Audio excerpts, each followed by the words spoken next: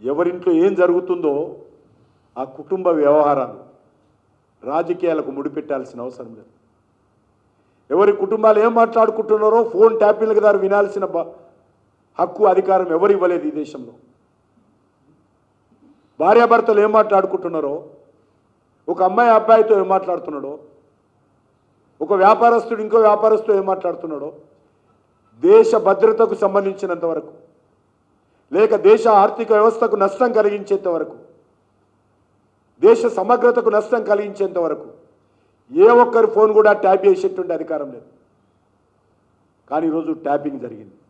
ఈరోజు మనం చూస్తూ ఉన్నాం. ఈరోజు పత్రికల్లో చూస్తే నిజంగా మనం ఎంత దిగజారిపోతున్నాం ఈ రాజకీయాలు మనకు అర్థమవుతా ఉన్నది.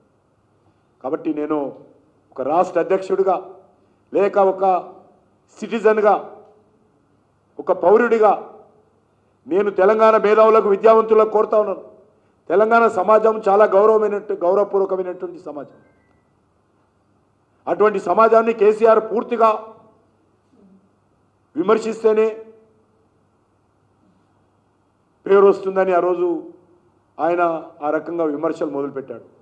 కేసీఆర్ మొదలుపెట్టింది తర్వాత కొడుకు వారసత్వంగా ముందుకు తీసుకెళ్లాడు.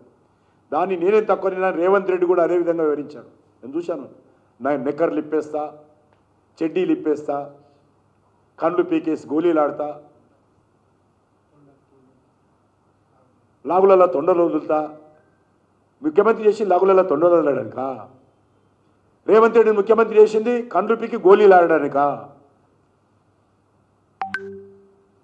ఈరోజు ముఖ్యమంత్రి మాజీ ముఖ్యమంత్రి కొడుకు అయితే హద్దు ఆదుపలేదు ఆయన కూడా. కాబట్టి రెండు పార్టీలు కూడా ఈ రకమైనటువంటి భాషతో తెలంగాణ రాష్ట్ర రాజకీయాలను దిగజారుస్తూ ఉన్నారు. కాబట్టి తెలంగాణ సమాజము ఈ రెండు పార్టీలను బహిష్కరించాల్సినటువంటి సమయం వచ్చింది. ఈ రెండు పార్టీలకు బుద్ధి చెప్పాల్సిన అవసరం వచ్చింది. మీడియా కూడా ఈ రెండు పార్టీలను బహిష్కరించాలి. ఈ రెండు పార్టీలు కూడా తాము చేసినటువంటి మాటలకు వ్యవహరిస్తున్నటువంటి తీరుకు ముక్కుకు నేలకు రాసి తప్పైందని భాగ్యలక్ష్మి టెంపుల్ దగ్గర క్షమాపణలు కోరేంత వరకు కూడా ఎవరు కూడా వీళ్ళకు పతాక శీర్షికలు మీరు బంద్ చేస్తే, ప్రజల మద్దతు ఆదుకుంటే, మేధావులు అడ్డగిస్తే ఈ తెలంగాణ బాగుపడుతుంది.